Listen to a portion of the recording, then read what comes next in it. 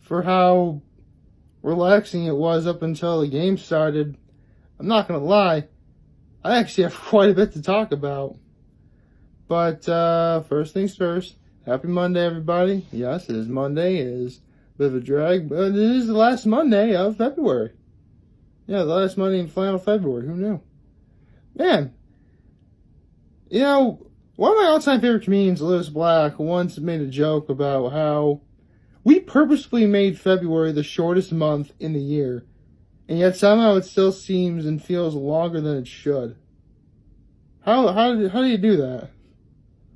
But no, today's February 25th, and Thursday's the last day, and then we start March, which is awesome because that's when Rita's opens, which I cannot wait. I am so excited. But, we have to get to Friday, of course. But enough about that. You want to hear about the stuff that went on yesterday. Well, so I'm watching yesterday afternoon's game, and for the most part, the game was actually, well, I'm not gonna lie, the game was relatively, one-sided. Well, actually, it wasn't really still. Yeah, it was pretty much one-sided because it was Birmingham versus Atlanta, and yeah, if any of you guys are watching the AAF or the Alliance of American Football, and you're rooting for Atlanta right now, yeah, Atlanta's not very good. Like, yeah, Memphis is also 0-3, but they're actually showing better promise than Atlanta is in a lot of ways. Actually, I should correct myself on one thing. Near the end, it looked like Atlanta was starting to kind of sort of make a comeback, but that with like 28-12, so you have about a minute and 40 seconds, or basically 100 seconds, to score 16 points. It's actually possible to do that, but it is highly improbable.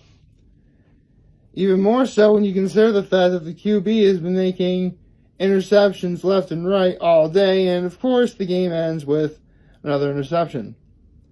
So yeah, Atlanta's not very good. Birmingham is very good though. Tell you what, that Trent Richardson guy, I mean, if the AAF does like an honors like the NFL does, I wouldn't be surprised if Trent Richardson gets up for MVP. That'd be really cool. And then there was last night's game. Now, I predicted that San Diego would win over San Antonio because they were home and they were looking for revenge over San Antonio for beating them 2 weeks ago. And for the most part, I was actually right. That's exactly what ended up happening.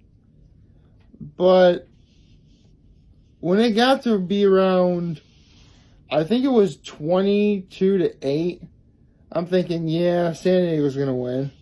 Now what am I going to do? And then I'm thinking, wait, I'm also watching the Oscars right now. I'm just going to continue to watch that. So, yeah, that was actually a fun evening last night, watching football and the Oscars. That was fun. I never knew I needed that combination until just now. But, yes, the Oscars, they were last night. And I probably could have, and therefore should have, made a video involving what my Oscar picks were going to be. But the problem is, the Oscars don't really do the best job of promoting who's up for whatever award, or what's up for whatever award or whatever. It's really, I mean, unless you're really paying attention, or you're actually watching the Oscars the night of, you're not really going to know what's going on. At least, not for me.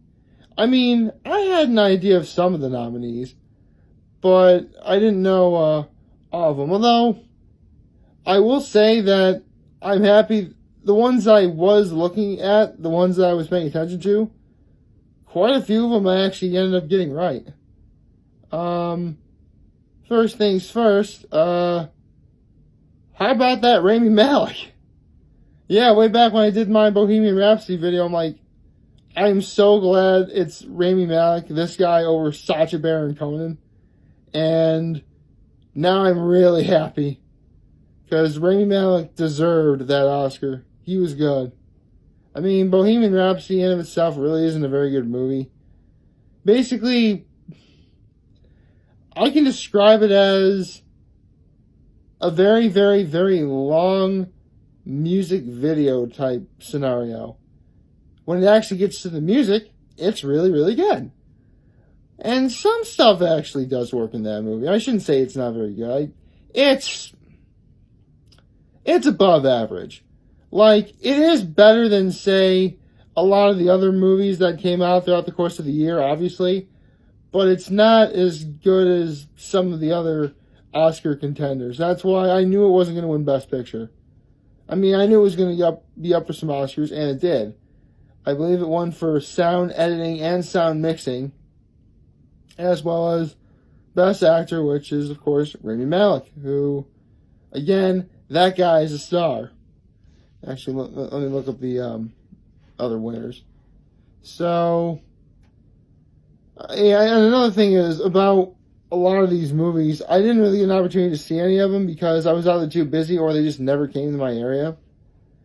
So, with that said, I am, like, for the most part, some of these awards are going to be the first time I'm listening to this too. So, if you didn't watch the Oscars last night, so now you're going to know. Then again, you can just look it up on YouTube probably. But then again, it's likely you're watching this via YouTube, so you're watching me first. Hooray! Okay, so, see, let me start from the bottom up here.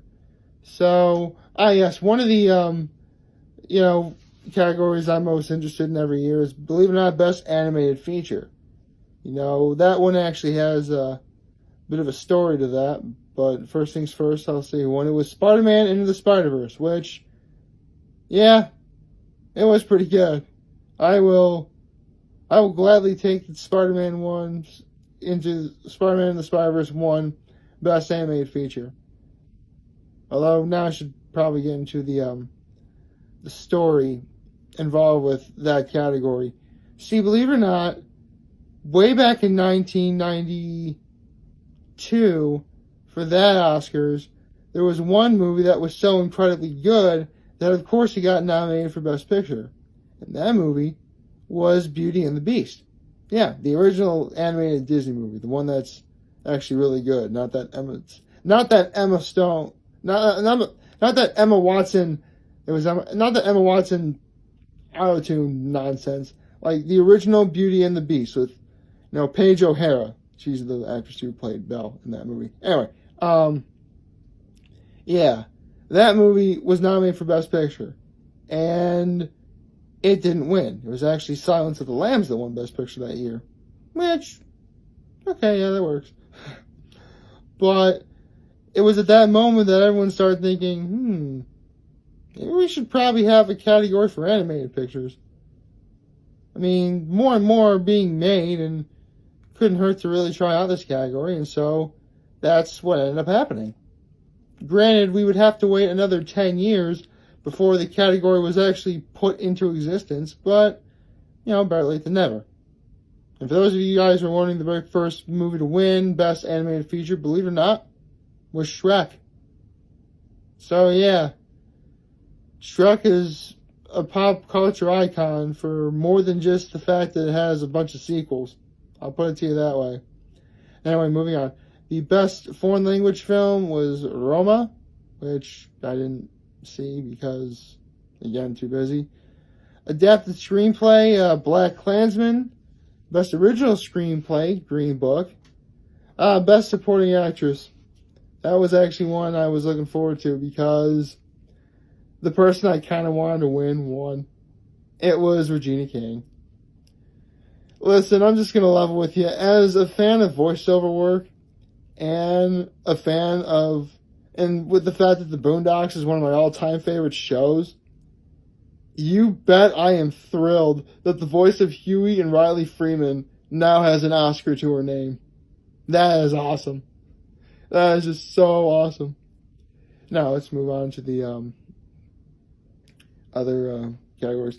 Supporting actor Mahershala Ali for Green Book. It's actually the second Oscar he's won. You know, he won for Moonlight a while back. And that was actually a very interesting Oscars. Because a couple years back, everyone was very much angry about the fact that a vast majority of the nominees or nominations were for white people. And someone, I forget who, once made a comment saying, if they had said something like La La Land over Moonlight, there would have been like a huge controversy on that. So, yeah. That's something right there. So, yeah. Mahershala Ali won for Green Book. Olivia Colman won for The Favorite. Seriously, though, The Favorite, I didn't see it. But the one interesting thing about The Favorite is I think The Favorite may very well be the first time in quite a while where two women were nominated for Best Supporting Actress, and they were both from that same movie, and that movie was The Favorite. Yeah, Emma Stone and Rachel Weisz. They were nominated as Best Supporting Actresses for The Favorite, but Olivia Colman won for Best Actress. So, there you go. I mentioned earlier that Rami Malek won for Bohemian Rhapsody, which is awesome.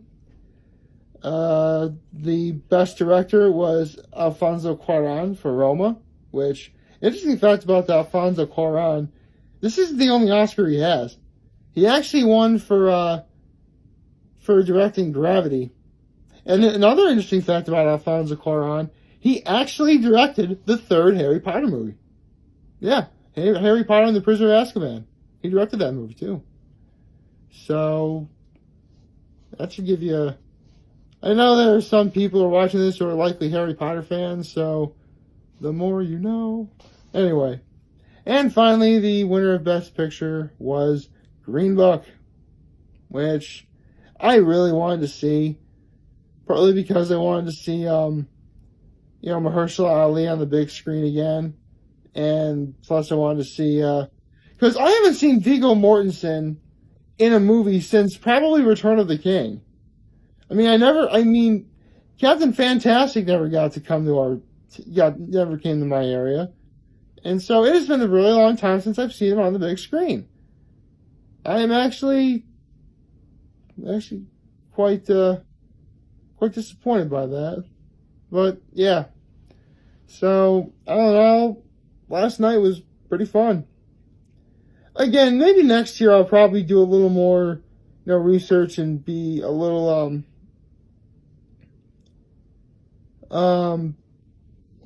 sorry, I was just reading something. I shouldn't be paying attention to the video.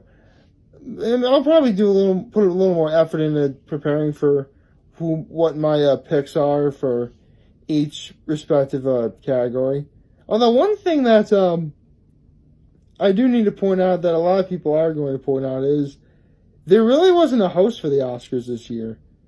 I mean, it was supposed to be Kevin Hart, but a lot of people were really were for whatever reason up in arms in that. And yeah, don't get me wrong, I really do like Kevin Hart as well, but some of his humor isn't really the greatest I've ever heard. And some of that really wouldn't translate to a prestigious ceremony like the Oscars. I think that's what people were, thinking at least. Again, I would have loved to have seen Kevin Hart host the Oscars, and maybe next year. Although Gabriel Iglesias actually posted a video of what would happen if Fluffy hosted the Oscars. That would actually be really fun. Actually, let's try and speak that into existence. Get Gabriel Iglesias to be the host of the Oscars next year. It'd actually be pretty cool. At least, try and get him the host. Try and get Weird Al Yankovic to host. You know what? Since Terry Crews is already hosting America's Got Talent, try and get him to host the Oscars as well. That'd be awesome. Oh well. Maybe someday. Although, it does remind me, this is the 91st Academy Awards. We only have 9 more years until we get to, 100. Whoever hosts the 100th Academy Awards, they're going to have a huge task on their shoulders for that one. They're going to try to make that one big. But that's just me. Who knows? Maybe if I'm big and rich and famous, and if I'm ever in a movie, maybe I'll do it one day. Who knows? It could happen. Yeah, oh my goodness. But I'm more likely to be both. I'm more likely to be struck by lightning than probably having something like that happen to me.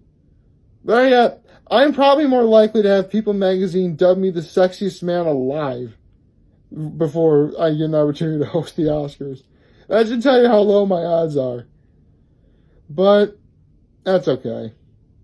I'm okay with that. Besides, I'm better off guaranteeing the odds of making a video every day to entertain every single one of you. So like, favorite, share, and hit that subscribe button. I could really use the support on YouTube. Follow me on the social media platforms, YouTube, Facebook, Instagram, Twitter, and Tumblr.